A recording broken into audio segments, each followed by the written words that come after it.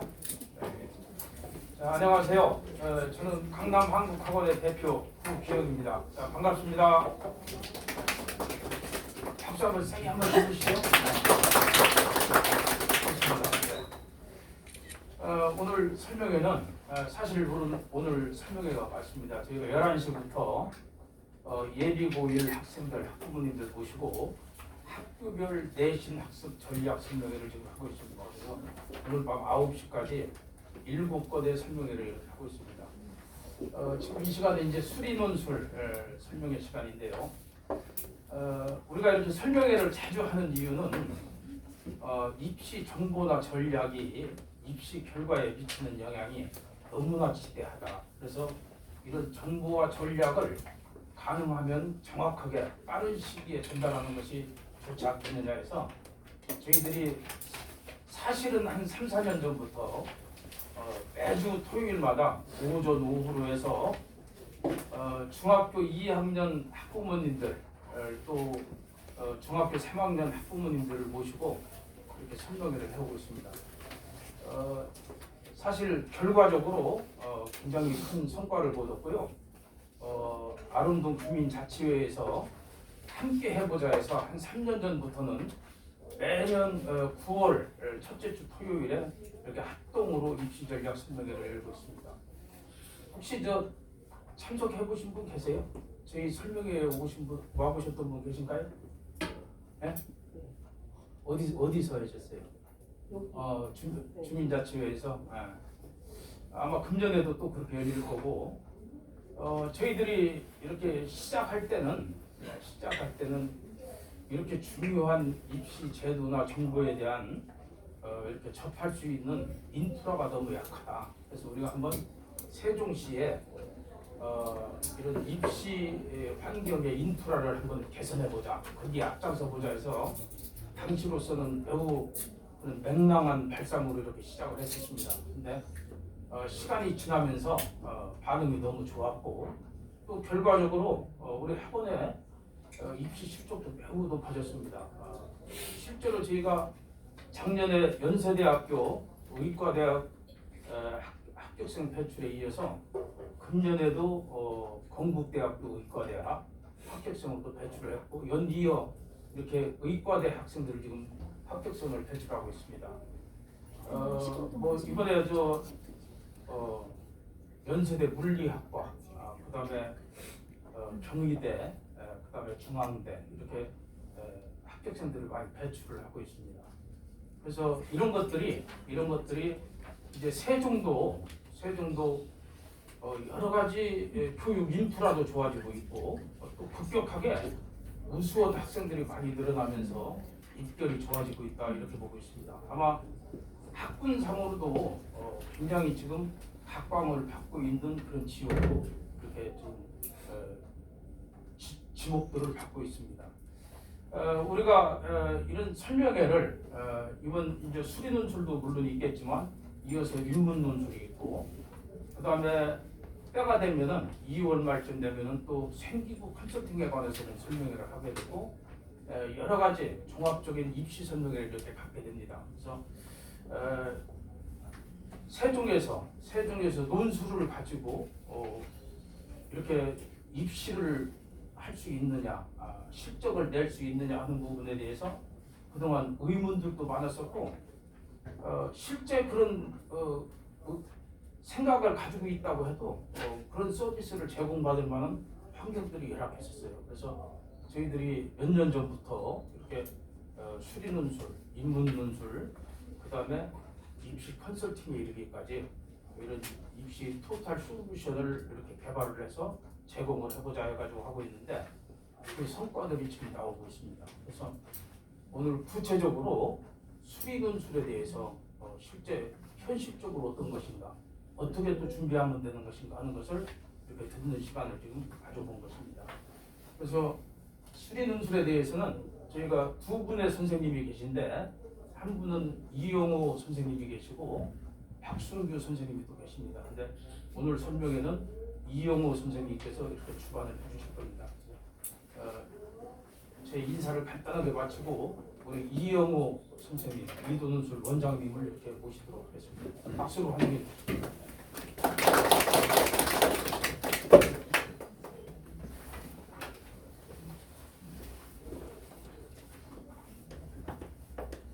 네, 안녕하세요. 이영호입니다.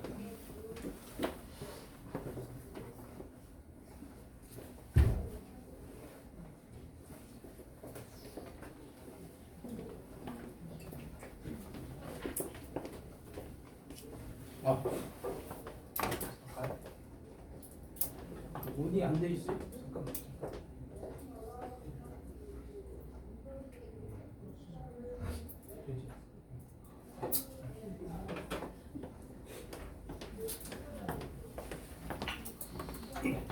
저희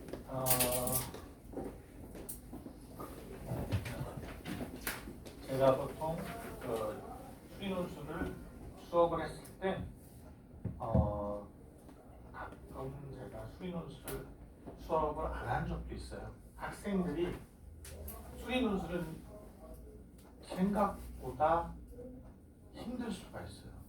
그래서 제가 테스트를 해보고 안 되겠다 그러면 그냥 정시해라 이렇게 얘기합니다. 그래서 제가 수리논술 하기 전에 반드시 테스트를 합니다. 그래서 가능성이 있으면 올해는 하나 만들 수 있겠다, 가능하다 그러면 제가 바로 수업을 진행하는 약간 그런 스타일이에요. 제가 합격자 수기를 이 연세대를 붙으면 이렇게 아주 멋있게 나옵니다. 여러분도 내년에 한번 도전해 보시는 것은 굉장히 현명하신 생각입니다. 자, 여기 보시면 이제 수기가 너무 작아서 이렇게 꼭 필요한 거, 작년에 저희 그 연세대 붙은 학생이 저한테 4월 달에 찾아왔어요. 와서 그 친구는 여기는 쓰지 않았지만 실제로 언어가 7등급이었어요. 그렇기 때문에 길이 없었어요. 언어가 7등급인데 본인이 가고 싶은 학교는 높은 거죠. 그래서 길이 없었기 때문에 제가 테스트를 했을 때 그 친구는 확률 통계라는 과목이 조금 됐어요. 근데 어머님들이 모르시는 것 중에 하나는 이과니까 미적분만 잘하면 되겠지라고 생각하시는데 미적분 잘하는 학생은 돌려보냈어요. 붙을 수가 없어요. 그래서 미적분 외에 꼭 필요한 과목이 있어요. 그게 확률 통계예요. 근데 이제 작년에 합격한 학생은 확률 통계가 학교에서 자기가 교양으로 듣고 싶어서 들었다고 그러더라고요. 그래서 제가 테스트를 해보니까 어느 정도 가능성이 있겠다. 이제 판단이 들어서 한번 클래스를 만들어서 진행해보자 했던 거고, 수기를 보면 이제 그 친구의 장점을 제가 캐치해서 그 장점이 가장 잘 맞는 학교를 같이 찾아요. 저랑 같이. 그 다음에 제가 항상 그 얘기를 했는데 연세대 같은 정도의 학교는 교수님이 학생을 알아봐요. 그렇기 때문에 제가 항상 너 정도면은 교수님이 알아봅니다. 그런 얘기를 했던 얘기예요. 그다음에 이제 그 어머님이 너무 감사하다고 그래서 수기를 남겨주셨어요. 그 어머님 수기를 보시면 그 어머님도 원서의 여분이 2장밖에 없었어요. 2장밖에 없어가지고 고민을 많이 하셔가지고 제가 원서 쓰기 전에 직접 전화를 해서 지금 이 친구랑 수업했던 내용이 어디고 이 친구가 지금 준비된 원서를 쓰게 되면 연세대, 서강대, 중앙대 안에서 합격을 할 수가 있고 여기 안에 있는 내용을 제가 많이 수업했습니다. 그러니까 여기 안에서 쓰는데 원서가 2장밖에 없다고 그래서 그러면 연세대, 서강대 이렇게 2개로 압축해서 쓰겠다는데 어머님은 그냥 서강대, 중앙대를 쓰면 어떨까요? 저한테 이렇게 얘기했는데 제가 연세대, 서강대 이렇게 말씀드렸습니다.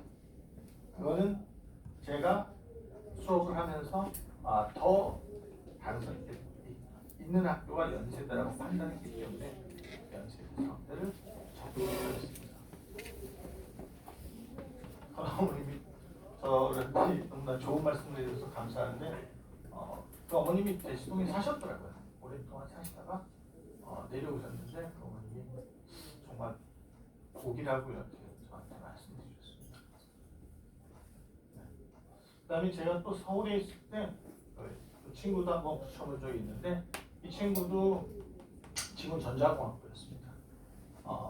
등급이 일단 합격을 이렇게 했고요. 논술로 합격을 했고 제가 이 친구 연세대표 의학과 붙은 친구를 내신과 수능 등급을 제가 체크를 해봤어요.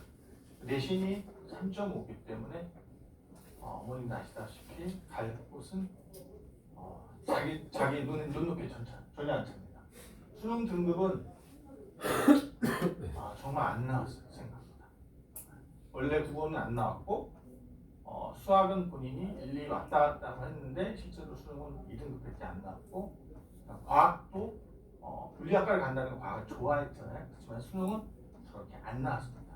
그래서 2합4가 나왔다면 서강대도 합격했을 텐데 2합4가 일단 안 나왔다고 보시면 됩니다. 그래서 제가 저렇게 나왔고요. 과연 저 정시 성적으로는 보시면 알겠지만 힘듭니다. 그런데 현명하게 수련원수를 준비하셔서 합격했는데 제가 봤을 때는 여기 지금 오신 분들은 현명하신 분들입니다.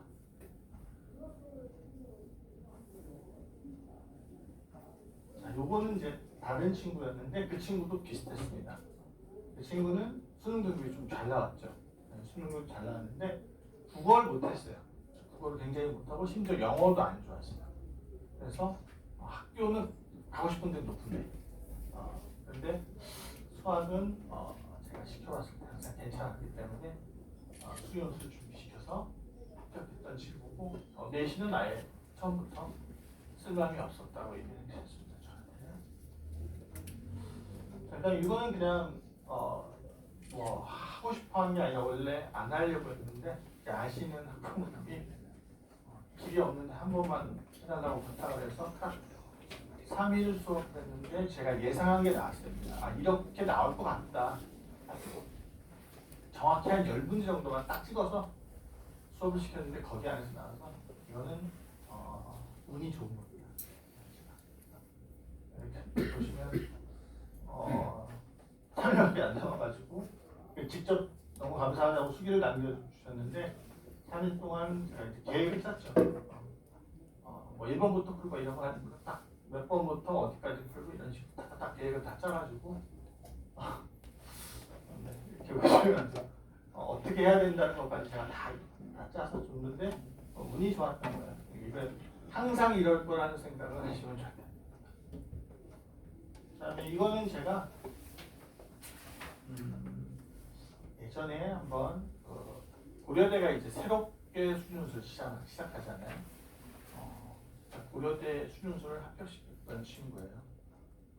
친구 서울에 있을 때 고려대 수준수 합격했던 친구였는데 이게 제가 수학을 이제 수준수를 하면서 느끼는 건 뭐냐면 해설지대로 쓰면 안 된다는 거예요. 해설지대로 쓰는 건 해설지도 이해가 어렵습니다, 실제로. 해설지를 우리가 수준수 될지 안 될지 그런 그냥 아무 홈페이지 가서 연세대 문제 하나 다운받아서 해설지를 보라고 하면 이해가 안 됩니다. 이해할 수도 없어요. 학생들 자체가 이해하는 너무 어렵고 그리고 그거대로 쓰면 그거대로 쓰기도 어렵습니다. 그걸 갖다가 내 거로 만들어서 써야 됩니다. 그래서 그런 사고력이 필요합니다. 굉장히 사고력이 필요하기 때문에 그냥 뭐 외운다 하는 거는 그거는 뭐 이 수준수랑은 아예 거리가 없습니다. 근데 제가 그 하늘이를 공부시킬 때 지금 강남한국학원의 분위기랑 많이 비슷합니다. 제가 서울에 있을 때 저를 원장님이 저를 불러서 한번 고등부 경시대를 한번 해보라고 저한테 추천했습니다. 그래서 경시대를 누가 하겠나 이 고등학교 올라가서. 근데 저한테 원장님이 추천하시면서 한 번만 우리가 이 경시대를 해보자. 지금 논술하고 똑같은 분위기죠. 그래서 제가 8명의 학생을 이렇게 모아서 테스트를 거쳐가지고 이 친구들은 내가 한번 시켜볼게. 그래서 사실 이제 보일 때 8명의 학생을 데리고 이렇게 시켰던 그 친구가 이제 수능을 합격한 케이스고요. 그 8명이 한 명 한 명 보시면 이렇게 이 친구는 일반 군대 KMO 올림피아드 서울적 받았던 친구고요. 그때 이렇게 이런 거는 부가장 학생은 거의 돈 하나도 안 내고 학과였고요. 친구도 KMC 상장 받고 서울대 건축학과 합격한 케이스. 이 친구도 뭐 부대 전기공학과 또 합격한 케이스고요. 연세대도 좋고. 그래서 제가 봤을 때 그런 사고력 수업을 했을 때 의외로 수리논술뿐 아니라 수능의 어려운 문제까지 좀 편안하게 뚫어낼 수 있고 그런 문제들이 뭔가 좀 안개에서 벗어나는 문제들이에요. 그래서 작년에 이제 같이 수업했던 친구가 이런 얘기였어요. 자기는 그냥 수리논술을 합격을 하고 싶어 한 게 아니라 너무 수학이 어려워서 이게 과연 못하겠다 그러더라고요. 근데 그냥 해보자 여기 수업을 했더니 수능보다 더 어려운 걸 하니까 어느 날 갑자기 수능이 좀 쉬워진다는 얘기가 들어요. 이게 너무 어려운 걸 계속 시키다 보니까 지금 이게 더 쉬워요. 예전에는 이게 너무 힘들다고 생각했는데 그렇진 않다. 그래서 보시면 그렇게 된 거고요. 제가 이제 2025년 수리논술 전형 소개를 보시면 자 이제 수리논술이 자 보시면 이제 고대가 170명인가 새로 이제 추가하게 됐습니다. 그래서 이제 조금 2004년보다 좀 더 늘어났죠 학생들이. 그래서 좀 늘어났고 보시면 이제 고려대가 이제 고려대가 작년에는 세종만 있었어요. 이제 올해는 서울에서 뽑습니다. 그래서 지금 이렇게 수료논술 하는 학교들 나와 있고, 그다음에 이렇게 보시면 조금씩 늘고는 있는데 그 학교별로 좀 달라요. 그러니까 본인이 가고 싶은 학교들이 있으면 이제 얼마나 변동사항이 생겼는지 한번 보시면 됩니다. 여기 이제 자세하게 나와 있죠. 2025년에 가천대는 이렇게 얼마 뽑고 학생들이 있으니까 잘 보시면 알고 이렇게 건국대 같은 경우는 좀 이렇게 줄기도 합니다. 그래서 이 수능순 전체적으로 봤을 때 이제 새로 고려대 지금 보시면 이제 자연 174명 이렇게 나와 있죠. 이게 새로 추가되고 있기 때문에 어머님들이 한번 관심 있게 보시면 좋을 것 같아요. 특히 학교가 있으면 가고 싶은 학교들이 있으면 보시고 서울시립대도 수능술에 최저 등급컷이 없는 학교 중에 하나입니다. 때문에 이 최저 등급컷이 없는 학교들을 한두 개 정도는 쓰시면 좋아요. 저나 두루고 학생처럼 수능이 꼭 나올 거라고 믿고 쓰시는 건 위험해요. 연세대 역시 내년에도 254명을 뽑습니다. 수능술로. 그다음에 의대 수능술도 있습니다. 제가 수업을 하면은 거기 수업 안에 이제 의대 문제들도 같이 풀게 되거든요. 의대 문제는 조금 더 많이 어렵다 보시면 돼요. 아무래도 변별력을 좀 더 가리고 싶은 그런 게 있습니다. 자, 그다음에 간호학과도 수능술을 많이 뽑고요.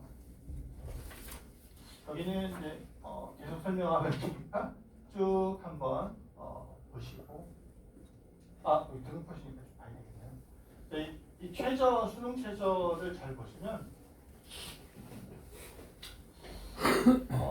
사실 항상 매년 느끼는 게 최저를 맞추기가 어렵습니다.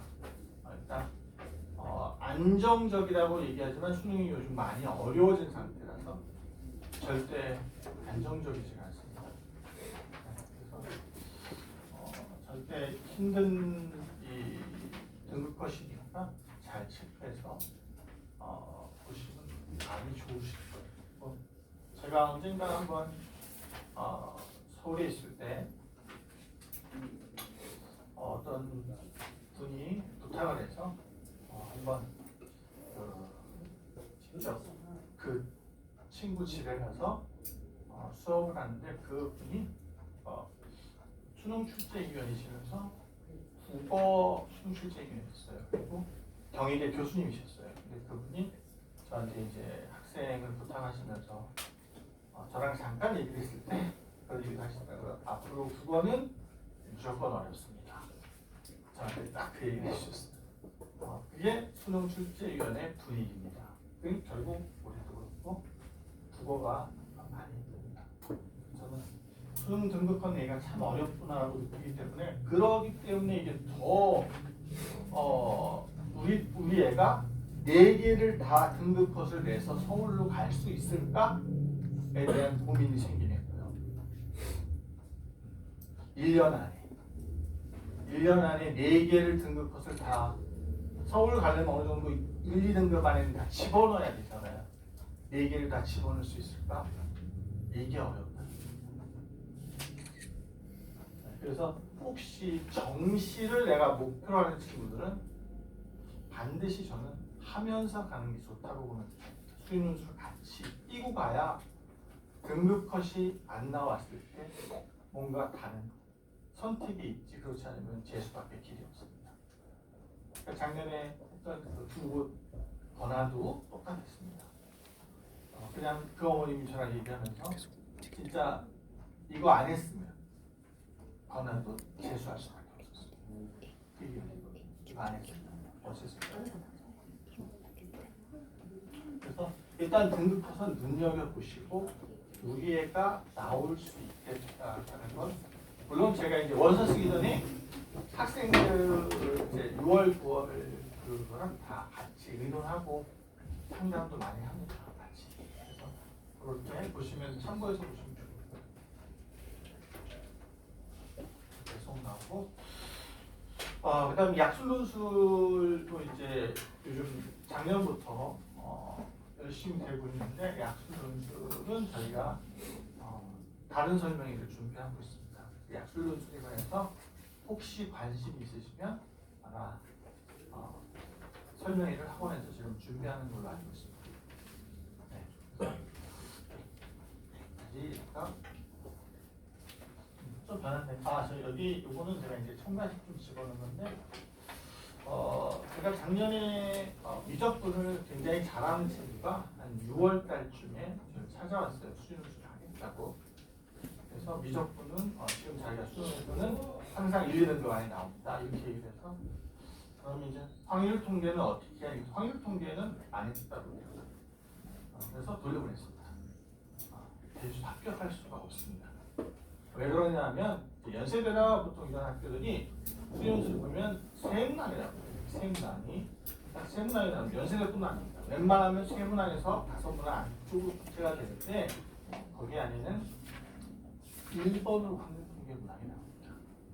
그렇기 때문에 지금 현재 이과 애들이 대부분이 확률 통계가 안 돼 있습니다. 수능에 안 나오니까. 근데 이 친구들이 수능에 안 나오는 확률 통계를 내가 지금 할 필요가 있어? 하고 지금은 미적분 굉장히 열심히 하고 있어요. 근데 모의고사가 계속 안 나와요.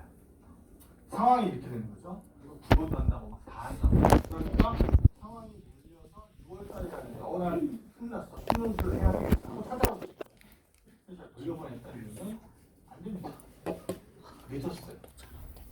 그래서 제가 확률 통계가 되면 내가 다시 집어서 수업을 시키지만 그게 안 되면 늦었다 그냥 다음 시간에 수능을 해요.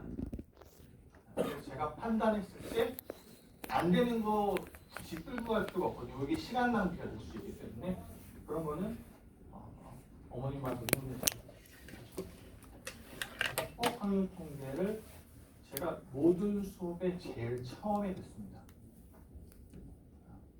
자, 이게 수능수의 출제 범위가 나와 있죠. 보시면 그 왔던 친구를 제가 확률 통계가 안 들어있는 학교를 볼래 이렇게 했습니다. 자, 보시면 자, 확률 통계가 안 들어있는 학교들이 조금 보입니다. 여기 홍익대 세종이라든가 여기 보면 가천대 삼육대 수원수트만 들어가지 않습니까? 그죠? 가기 싫어합니다. 안 가기 싫어합니다. 그러니까 확률 통계가 들어가 있는 쪽이 확률 통계 미분 미적분 기하 여기 이 부분 그 부분이 학생들이 제일 좋아하는 학교들이 다 몰려 있습니다. 그래서 우리 학생이 좀 좋은 학교를 가고 싶다면 반드시 확률 통계를 해야 되는데 그 확률 통계가 우리에는 안 돼 있을 가능성이 있습니다. 그래서 제가 작년에 조금 일찍 시작해야 되겠다. 우리 작년에 겨울방학부터 문의가 계속 왔어요. 왔는데 제가 이 준비할 것도 너무 많고 하지 말자. 올해 별로 그렇게 마음에 땡기지가 않는다. 그래서 그런 마음이었는데 올해는 딱 보니까 학생들이 올해도 역시 수능이 많이 어려울 거고 이왕이면 좀 세종에서 괜찮은 학생들 작년에 우리 부르고 붙은 그런 학생들 같은 친구들이 좀 더 많이 있다는 사실을 제가 좀 알았어요. 그래서 상담을 지금 여러 해본 결과 생각보다 수학을 좋아하고 잘하는 친구들이 많이 있다. 그래서 그런 친구들이 원래 얼마 전에 사실은 그 새롱고에서 제일 공부를 잘한다는 친구가 상담을 왔는데 제가 상담을 했을 때 보니까 역시 그 친구도 그냥 모의고사는 하나밖에 안 틀려요. 이미 제가 수능 많이 풀어봤다고요. 한 개 빼고 다 맞죠. 그 정도니까 이미 어느 정도 이제 내신은 4등급이더라고요. 근데 수능 수학은 잘해요. 근데 확률 통계는 제로예요. 그래서 이 친구가 상담을 따와서 확률 통계가 1번 문항부터 나온다. 딱 얘기를 듣더니 저는 그러면 바로 시작하겠습니다. 확률 통계를 넣어서 수업을 빨리 확률 통계를 먼저 완성시키고 가면은 그러면 합격 가능성이 있다고 제가 말했습니다. 그래서 이렇게 보시면 뭐 정시 등급 그냥 저희가 한번 넣어봤어요. 어느 정도 이거 그냥 보시면 자료 참고 자료를 보시라고 넣어놓은 거고요. 그래서 보통 대충 학교들이 어느 수준에 지금 걸려 있으니까 그냥 참고해서 보시면 될 것 같습니다. 3등급 초반, 중중반, 충남지들이 써 있네요. 대충 이 정도가 되실 거다. 어머님들이 학교 우리 애가 어느 정도 나오면 가는지 잘 모르실 때 참고해 보시면 됩니다. 그다음에 수업은 어떻게 할 거냐. 일단 저는 별로 그렇게 숙제를 좋아하지 않습니다. 숙제를 많이 해서 합격을 시키는 게 아니기 때문에 숙제는 큰 의미가 없고요. 숙제보다 필요한 거는 일단 확률 통계 꼭 해야 되고, 일단 제가 보는 거는 수업 중에 항상 자주 보지만 학생들 풀이를 많이 봅니다. 문제 놓고 풀이 보면서 같이 좀 풀어보는 시간 가지면서 수업을 항상 그런 식으로 해요. 그렇기 때문에 많이 푼다 이거는 저랑 거리가 멉니다. 제가 많이 풀어봐도 결과가 나오지 않는다는 것을 일찌감치 깨닫기 때문에 많이 푸는 거랑은 수리노수는 아무 거리가 없습니다. 암기 불가능합니다. 내가 이걸 외워야지 절대 불가능하고 그 문제가 나온다는 보답도 없습니다. 그렇기 때문에 암기 불가능하고 그러면 방법이 뭘까? 수학적 사고를 바꿀 수 있다. 그걸 키워주기 위해서는 계속 질문합니다. 제가 질문하고 막 이런 식으로 수업한다고 보시면 됩니다. 그래서 일단 최대한 합격 가능성이 높은 학교를 찾아야 되기 때문에 그게 제가 말씀드렸듯이 전에 아까 연세대 전자공학과 붙은 친구가 건국대에 떨어졌습니다. 그러니까 이게 연세대 전자공학과를 또 건국대에 무조건 붙어야 되는가? 그거 아닙니다. 그런 거 아니기 때문에 내가 좋아하는 문항이 연세대 전자공학과에 나왔는데 건국대에 나오지 않습니다.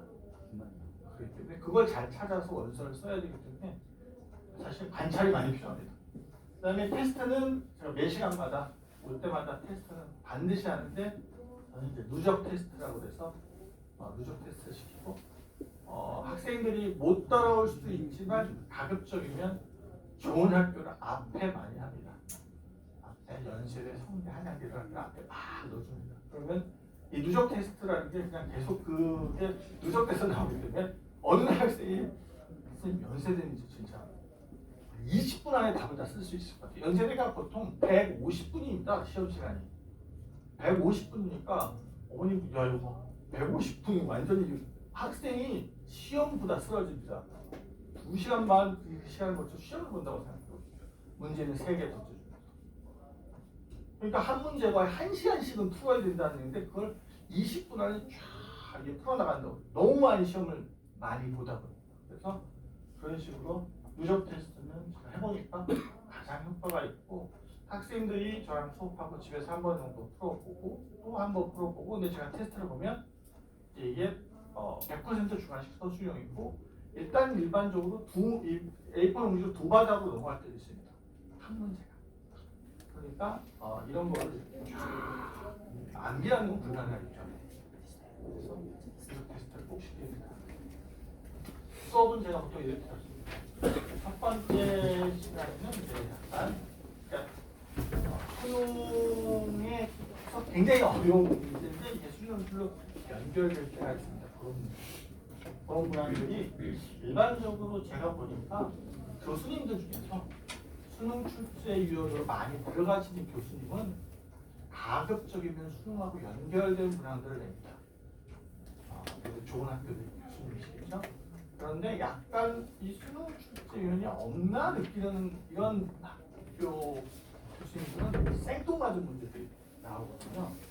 그래서 제가 말씀드렸듯이 연세대는 붙는데 어떻게 건국대에 떨어졌지? 이런 현상이 일어날 수도 있는 겁니다.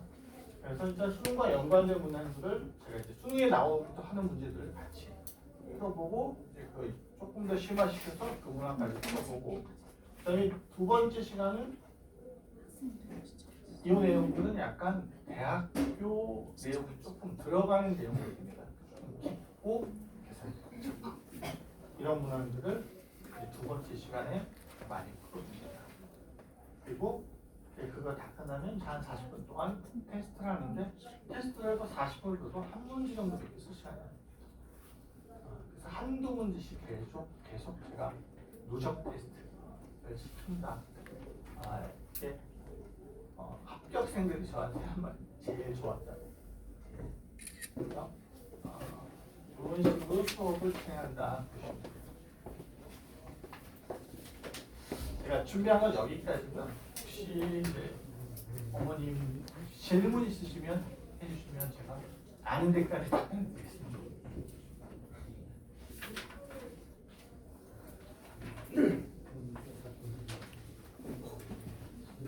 지금 이제 대부분 여기 오신 분들이 수의논술을 고민하실 거예요. 해야 되는지 말아야 되는지. 제가 말씀드리는 거는 우리 애를 믿으면 안 된다. 얘가 점수를 나올 거라고 생각을 지금 제가 딱 봤을 때 수능이 아주 많이 오니까 수학도 역시 똑같습니다. 그러니까 이 친구가 수학만 공부해서 유지시키기도 버거워요. 그런데 다른 걸 올려야 되잖아요. 이게 버겁습니다. 그래서 등급컷이 그렇게 쉽게 올라가지 않을 거니까 일단 학생을 믿으면 안 됩니다. 그 믿으면은 오래 실패합니다. 여기서 믿으라는 건 학생을 믿는 게 아니라 학생의 점수를 믿지 마시고 이거 걸 점수가 지금 점수보다 떨어질 수 있다. 이 부분을 꼭 생각을 하시고 떨어졌을 때 그럼 차선책을 준비하시는 분들은 하시는 게 좋습니다.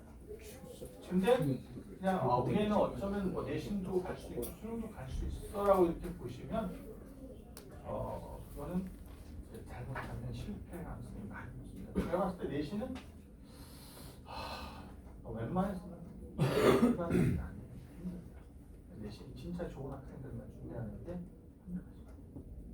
저는 고3하고 수료준만 제가 지금 30년이 넘습니다. 어찌어찌 하다 보니까 매년 이것만 하고 있는데 제가 봤을 때는 이게 지금 여기 오신 분들은 최소한 안 오신 분보다 굉장히 현명하고 우리에 대해서 뭔가 정확한 판단을 해주시면 내년에 충분히 이렇게 합격 수기를 쓰실 분들 여기 안에서 나오실 수 있습니다. 선생님이 네. 문수면 네. 정시 보기 전에 수시하는 그 기간에 되는 거죠? 자, 문수 시험은 연세대는 10월 1일, 9월 30일 정도에 10월 초 정도에 보고요. 그다음에 시립대도 좀 있을 겁니다. 연세대, 시립대, 홍익대 이 세 개 학교 정도는 약간 10월 달에 다 일정이 잡혀 있고요. 나머지 모든 학교는 수능 끝나고 있습니다. 네, 그러니까 제가 딱 봤을 때 가급적이면 앞에서 실험을 하나 하고 가는 게 좋습니다. 연습 워밍업을 해야 되거든요. 수능 끝나자마자 바로 다음날부터 쫙 붙어 있습니다. 그때 수능 끝나자마자 약간 서울대, 경희대 이런 좋은 학교들이 쫙 다 붙어 있는데 준비가 안 된 상태에서 그걸 딱 보면은 저랑 이제 연습을 많이 했는데도 실전에 가면 좀 머리도 하얘지고 어떻게 해야 될지 막 이제 우왕좌왕하는 시간을 보낼 수 있거든요. 그렇기 때문에 제가 항상 원서를 갖다가 연세대, 홍익대, 시립대 중에서 하나는 꼭 써보고 그 다음에 이제 충분히 이런 거구나 하고 저랑 연습을 많이 했지만 실전에서 한 번도 영어 수업하면 굉장히 도움이 됩니다. 그리고 시간 관리하는 거나 이런 것도 다 알게 되고 좀 어리버리한 게 없어집니다. 그런 상태에서 이제 두 번째 학교나 세 번째 학교 이렇게 치르게 되면 거기서도 좋은 결과가 나올 수 있기 때문에 자 원서는 6장을 쓰시는 겁니다. 네, 그러니까 똑같은 6장이 아니라 9월 달에 되면 이제 9월 모의고사 끝나자마자 지금부터 원서를 쓰거든요. 그러면 내신 전형 그냥 이렇게 생각하시면 됩니다. 그냥 내신 전형하고 자꾸 바깥에 계셔가지고 그래서 약간 노크를 했어요. 나중에 편집할 때 자르면 이거 다 합쳐서 씁니다. 그러니까 우리 애가 내신이 굉장히 좋다. 그러면은 내신 전형에서 뭐 한 3개 정도 이렇게 쓰고 그 다음에 수리논술에서 3개 쓰고 이건 내신이 좋을 때 얘기입니다. 가고 싶은 학교들과 나눴어요. 근데 내신이 한 4점대다 그러면 아마 별로 가고 싶은 학교들이 없습니다. 그런 친구들은 여기다가 6장을 다 씁니다. 이거는 본인의 9월 달에 이제 어머님들이 9월 모의고사 끝나고 어머님들이 이제 고민하시면 저랑 전화하기도 하고 아니면 뭐 여기 상담 선생님하고도 의논하기도 해서 결정하는 거거든요. 그럼 여기서 반영 비율이 네. 논술 100%가 있고 학생부가 또 30% 들어가는 거있잖아요 네. 그럼 만약에 저희 아이가 내신이 네. 나쁘다 그러면은 논술 100% 위주로 준비를 해야 돼요. 네, 근데 대부분 저희가 경험을 해보니까 내신이 안 좋아도 다 들어가니까 실제로 이 반영 비율은 90%가 나와 있는데 그러면 이제 10점의 차이잖아요. 10점이 90점이 논술이고 10점이 우리가 봤을 때 이게 내신이다 이렇게 돼 있는데 내신은 1등급부터 9등급 나와 있으면 이 10점 안에서 소수점으로 끌어갑니다. 그러니까 1등급이 뭐 10점을 다 준다 그러면 2등급은 뭐 9.8 의미가 없다는 거죠. 큰 의미가 없습니다. 그래서 보통 학교가 이 논술로 붙은 학생들을 저 3점대 학생들이 어떻게 연세대에 붙겠어요? 내신이 많이 들어가서 그 친구들은 이미 떨어져야 돼요. 그게 많지만 붙어납니다. 그렇기 때문에 내신의 비율은 큰 의미가 없다. 뭐가 말 그대로 논술잖아요. 말 그대로.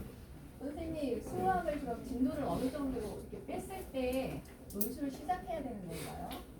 지금 제가 이제 2월 초에 저희가 이제 수업을 하게 됐는데 수업을 하면 보나마나 그 학생들이 대부분 확률 통제가 안 돼 있을 겁니다. 제가 봤을 때는. 근데 다행히 저희 시간이 2월 초가 되기 때문에 제가 봤을 때는 한 4월 전까지 확률 통제 중심으로 수업을 합니다. 안 돼 있을 거기 때문에 이걸 시킨 거예요. 이게 확률 통계 중심이라고 해서 그냥 뭐 확률 통계 내용이 아니라 확률 통계 내용이지만 이 수업 안에는 수준술 문제들이 나옵니다.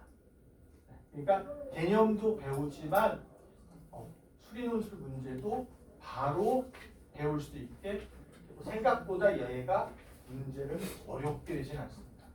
선생님 그러면은 네. 확통을 끝난 아이는 그럼 수업을 어떻게 해주실 거예요? 확통이 끝난 아이도 수리논술을 못 풉니다. 네. 어차피 못 풉니다. 그러면 개념을 듣고 논술을 개념이 같이 제가 이렇게 밖에는 다 이렇게 설명하는 게 아니라 수리 논술에 나오는 개념이 있어요.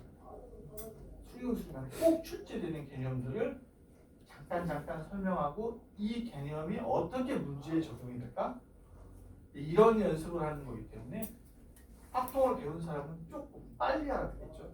그다음에 못 배운 학생들도 충분히 시간을 가지면 알아들 수 있는 시간. 선생님 그러면은 네. 그 순서가 확률 끝나고 미적분 끝나고 뭐 그런 그런 건 아닙니다. 그럼 확률이 끝나면은 바로 그 다음은 그냥 시험지로 갑니다.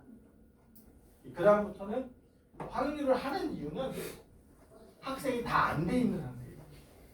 그리고 여기서부터는 이제 바로 이제 뭐 연세대, 그럼 연세대 1번, 2번, 3번 이렇게 해서 문제가 같이 풀어줄 텐데 좋은 거는 여기 이제 확률이 좀 잘 돼 있는 친구들은 1번부터 좀 풀리겠고 이제 미적분에서도 조금 이렇게 잘 되면 풀리겠고 이러면은 제가 이게 붙겠는데 이런 느낌이 드는 거고 여기서 배웠는데 여기서부터 이제 헤매고 여기 안 풀리고 막 이러면 얘가 이게 붙겠나? 제가 이런 고민을 하는 거죠.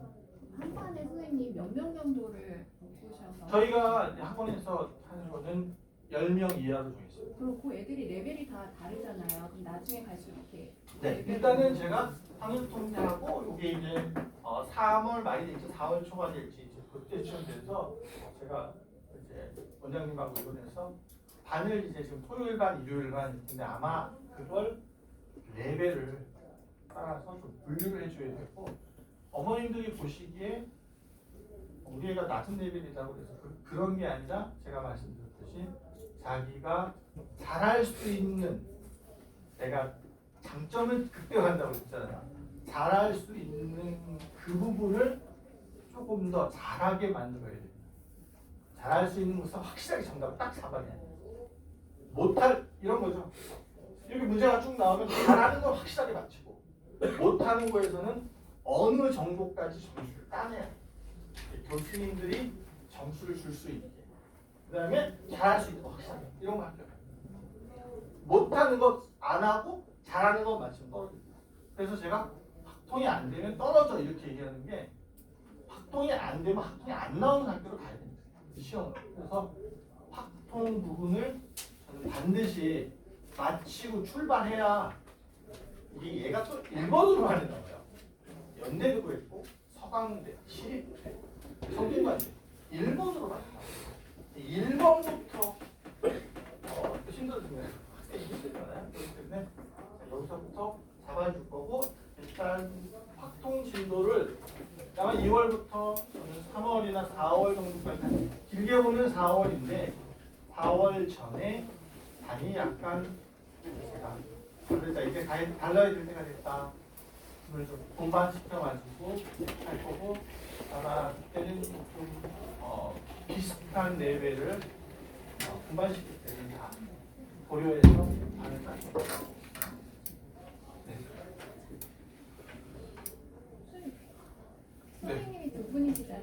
네. 그러면 어떻게 저희는 이제 수능술을 제가 주말에는 제가 하고 평일날은 그 선생님이 하는 걸로 이렇게 나눠놨습니다. 어머니들이 보시고 결정하시면 됩니다.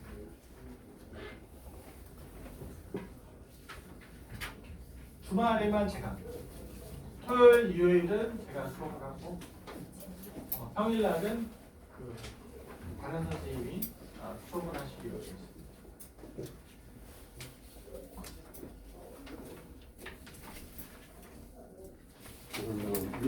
수리 논술은 문이과 상관없이 다 시험을 지원은 가능한데 여기 이제 미적분이라는 곳이 문제가 나오는데 이 미적분 문제가 수능 문제보다는 월등히 어렵습니다. 그리고 도형이 많이 나옵니다. 도형이. 그래서 제가 이제 미적분 들어갈 때는 이제 도형을 엄청 많이 시킵니다. 왜냐하면 미적분 무조건 1번은 확통이고 2번은 도형이 항상 제가 그렇게 얘기합니다. 이 도형을 잘 다루고 내가 확통도 좋아해. 그러면 충분히 이과를 보던 상관이 없습니다.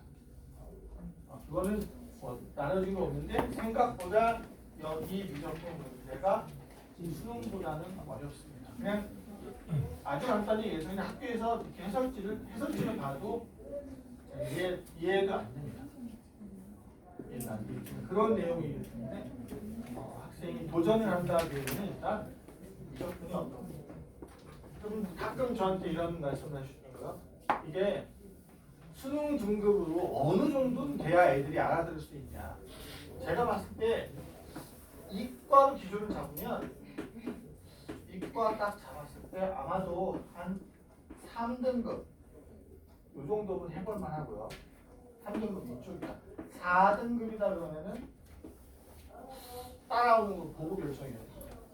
5등급이다 그러면 제가 봤을 때 이거는 5등급은 저하고 직접 면담을 한번 해보고 제가 직접 테스트를 한번. 근데 사실은 제가 또 뭐 이렇게 이런 친구들도 어느 날 갑자기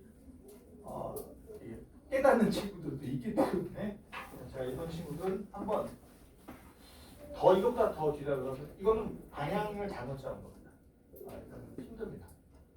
일단은 이 안으로 들어와야 그래야지 제가 이제 설명을 하면 착착착 알아듣습니다. 그런 게 좀 필요하기 때문에 우리가 한 3, 4주 동안 한번 해볼까 그러면 한 번 수업을 와서 저랑 수업을 하면서 나 이런 게 재밌는데 수능하고는 다르죠. 수능을 그 시간 안에 30문항을 푸는 거죠. 저희는 이렇게 보면 2시간 안에 3문항을 푸는 겁니다. 그러니까 이게 좀 다릅니다. 단 주관식 서술형이에요.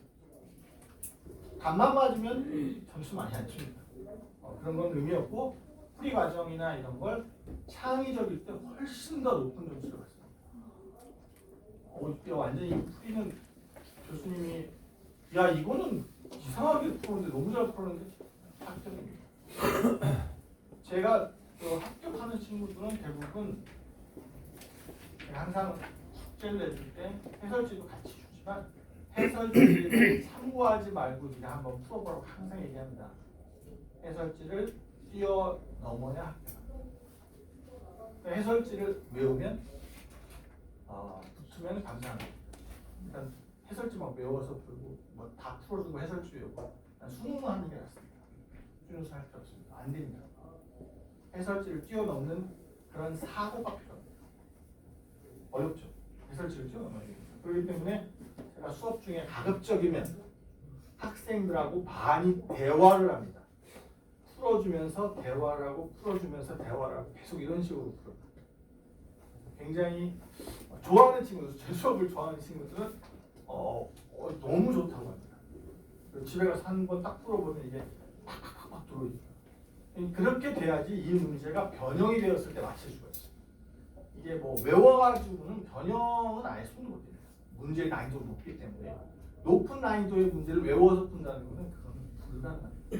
난이도가 높기 때문에 학생들은 이 문항을 많은 문제를 푸는 것보다 정확하게 푸는 게 제가 얼마 전에 최근에 학생 하나가 저한테 왔는데 지금 그 친구가 수준술 확통 수업을 시작한 그 친구는 한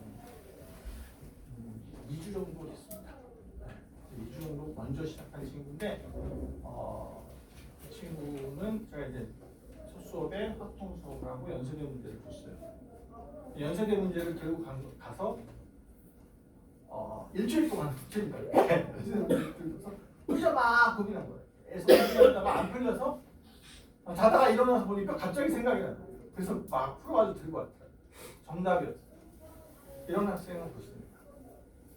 그러니까 이게 바로 뭐냐면 문제에 빠져 있는 거예요. 본인이 풀다가 안 되고 놔뒀다가 딴 거 공부하다가 다시 봤는데 이게 이러면 될 것 같은데 해갖고 제가 원하는 게 이런 식입니다. 문제를 뭐 50문제를 풀어. 그거는 수능입니다. 저하고는 관련이 없고 수료술은 반드시 한두 문항 정도를 이렇게 우리 애가 마치 수학책을 무슨 책 읽듯이 깊이 본다. 합격할 수 있습니다. 그런 애들이 있습니다. 그리고 식도 가급적이면 이렇게 논리 정연. 그거는 제가 뒤로 가면 뒤로 갈수록 이제 누적 테스트를 하는 이유가 그겁니다. 이게 뭐냐면 답을 맞히고 아는 것도 좋지만 그 다음에 해야 될 게 교수님이 좋아하기 식을 써야 됩니다.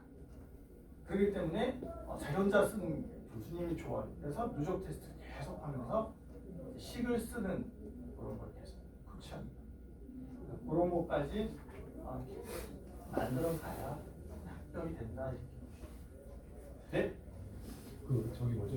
상담을 한번 받았는데 네. 미적분에 대한 중요성을 되게 강조를 하시더라고요. 네. 그걸 좀 퍼펙트하게 좀 마스터하고 네. 수리 논술 시작하는 게 더 좋다. 네. 아니 지금 미적분의 진도가 안 나갔으면 힘듭니다. 그러니까 제가 봤을 때 우리 애가 나 수리 논술 들어보고 싶은데 미적분이 안 나가 있어. 지금 진도를 보면 미적분이 30%밖에 안 나갔다. 30%밖에 안 나갔다. 그러면은 이걸 병행하셔야 됩니다. 이거 다 나가고 늦습니다. 그냥 미적분 나가고 바로 2월 달에 오시면 확통합니다. 저랑 이 같이 들어가요.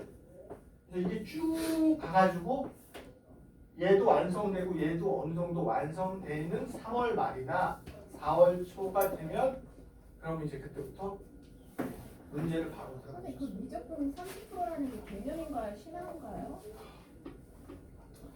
미적분 문제는 그냥 이렇게 생각하시면 돼요. 우리 애가 미적분 됐는지 안 됐는지 모르겠다 그러면은 수능 문제 보면 미적분 문제가 23번부터 30번까지 나와 있습니다. 수능 문제 모의고사 그냥 거기에서 하나 빼고 다 풀 정도 되면 됩니다. 그 정도 되면 바로 수업 들어와야 됩니다. 근데 지금 안 돼 있을 거예요. 그러면은 빨리 미적분 진도를 나가라고 하죠. 모의고사 정도는 풀 수 있어야 됩니다. 어느 정도. 그냥 못 알아들을 수 있고 제가 설명을 하면 못 알아들어요. 그러니까 이게 힘든 거예요. 그래서 선생님 제가 지금 시간을 주는 이유는 저는 확통을 나갑니다. 당장 2월부터 수업은 확통 중심으로 나갑니다. 물론 확통 안에 문제가 미적분하고 연결되는 문제도 나오기도 합니다. 그렇지만 확통을 많이 가리키는 이유는 말씀드렸듯이 확통은 노베이스 상태예요. 그리고 미적분은 지금 하고 있는 상태예요. 그래서 제가 확통을 나가고 미적분은 이 친구가 쭉 공부해서 3월 말 정도까지 어느 정도 완성을 시켜놓으면 제가 이제 여기 진도를 딱 맞춰서 나갈 수가 있습니다. 4월 초가 되면 딱 이제 4월 초 첫 수업 연세대 하면서 2023년 문제 1번, 2번, 3번 딱 던지고 같이 푸는 거예요. 이 수업이 이제 들어갔을 때 학생이 어느 정도 풀린다 그러면 제가 어머니께 전화 드립니다. 어머니 할 수 있을 것 같아요. 이렇게 이게 되는 거고 이게 안 된다 그러면 뭔가 또 다시 이제 고민해야 됩니다. 그래서 일단은 우리 애가 꼭 하고 싶다 그러면은 지금 현재 미적분 진도 빨리 나가고 모의고사 쪽으로 빨리 붙이는 게 좋습니다. 그리고 확통도 네가 듣지 마십시오. 확통은 저랑 하는 게 좋습니다. 뭐가 수능 문제에 나오는지 몰라요. 어떤 것들이 중요한지 모르요. 그래서 확통은 제가 합니다. 근데 미적분은 학생이 하는 게 좋은 게 어차피 수능도 보지 않습니까? 수능도 보기 때문에 이거는 넓게 공부하는 게 좋고요. 확통은 수능에 저희가 볼 게 아니고 수리 논술에 나오는 확통만 할 거기 때문에 그것만 딱 골라내가지고 집중적으로 시킵니다. 이렇게 보시면 또 질문하십시오.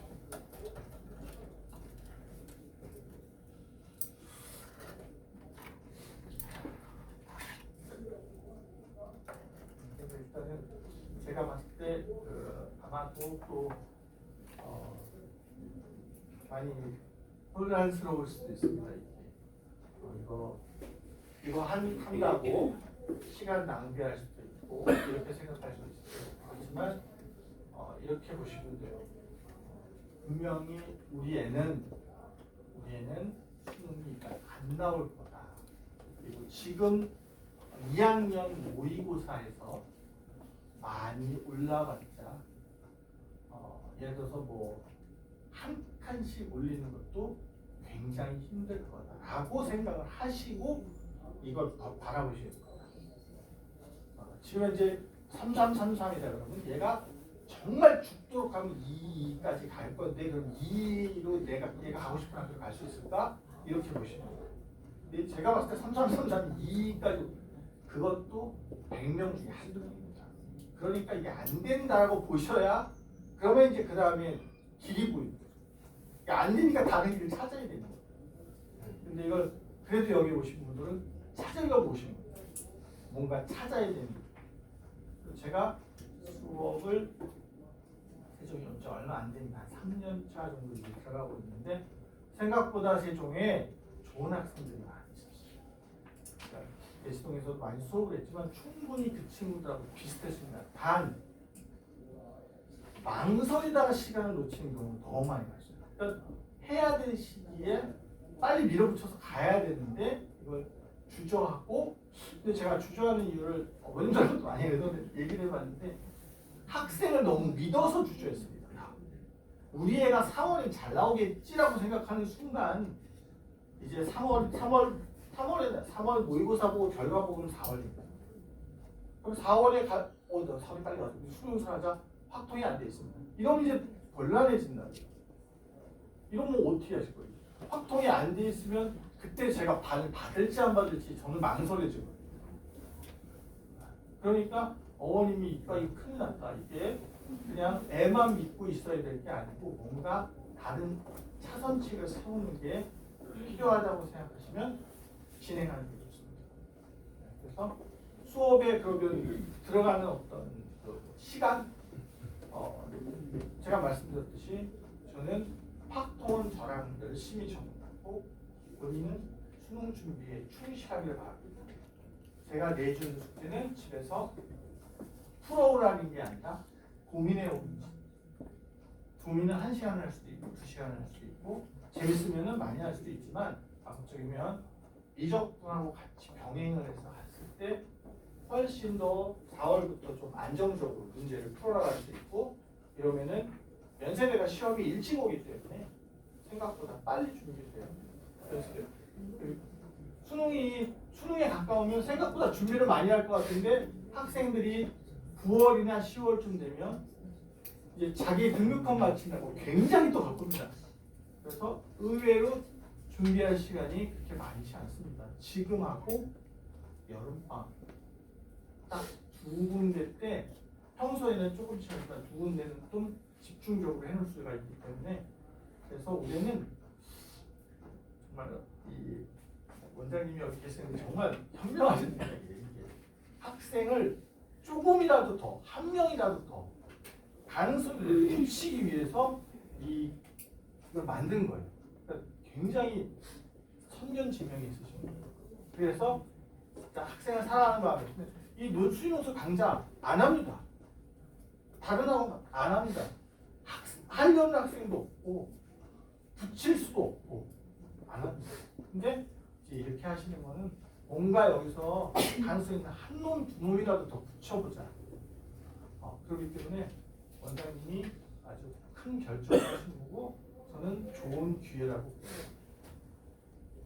그리고 시기도 좋습니다. 지금부터 확통을 해놓고 그러면 제 머릿속에 그려지는 계산이 한 4월 정도 가면 작년에 붙었던 학생만큼의 실력으로 끌어갈 수 있지 않을까 하고 미리 계산을 합니다. 그래서 제가 빨리 하자고 했어요. 할 거면 빨리 하고 안 할 거면 그냥 안 해요. 반을 계산할 필요가 없다.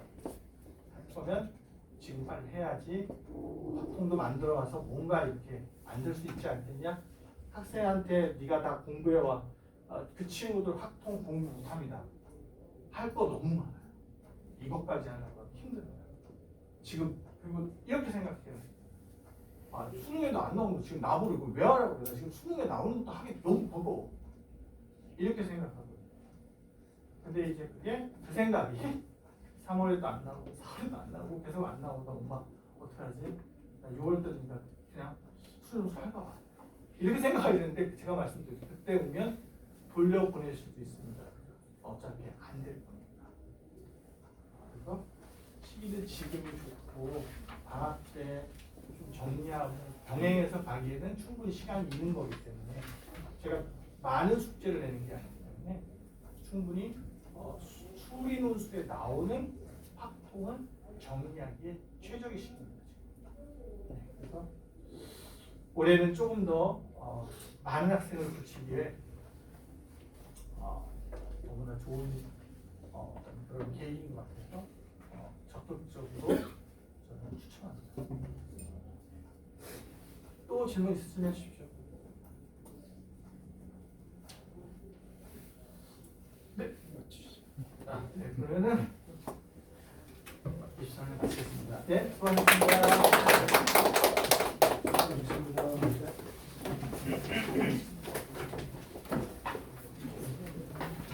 잘 들으셨어요? 어떻게 좀 도움이 되십니까? 분명한 것은 논술도 역시 전형의 한 부분이다 이렇게 보시면 됩니다. 저희가 세종에 와서 가장 안타깝게 느꼈던 것은 논술이나 인문 논술이나 수리 논술은 서울 애들만 하는 걸로 이렇게 생각들을 하고 계셨어요.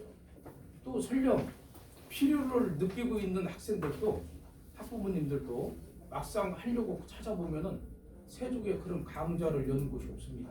그래서 저희들이 한 3, 4년 전부터 이런 수리논술이 전형의 한 종류이고 수도권에서는 우수한 학생들이 또 어떤 가능성이 있는 학생들이 좋은 대학에 이렇게 도전할 수 있는 그런 루트임에도 불구하고 그런 기회를 원천적으로 차단한다는 것은 이건 인프라의 문제다. 그래서 우리가 한번 만들어보자 해서 했는데 이렇게 성과들을 내고 있습니다. 아마 해가 갈수록 굉장히 성과가 높아질 것이다. 저는 미리 생각하고 있습니다. 시간이 좀 더 있었다면은 많은 설명도 드리고 충분한 어떤 입시 컨설팅까지 제도에 관해서까지 이렇게 설명을 드리는 시간을 가졌을 텐데 설명회가 속성상 한계가 있습니다. 그래서 축약해서 아마 핵심들만 이렇게 말씀드린 걸 보시고 혹시 필요하신 부분들은 거기 별지에 보면은 상담 신청서가 있을 겁니다. 그걸 작성해서 제출을 해주시면은 나가시면서 제출을 해주시면 저희가 순차적으로 연락을 드려서 제가 입시전략연구소가 상설이 되어 있습니다. 그래서 개별 상담을 또 해드리는 그런 시간을 별도로 갖고 있습니다. 자, 긴 시간 수고하셨습니다. 모두 마치겠습니다. 감사합니다.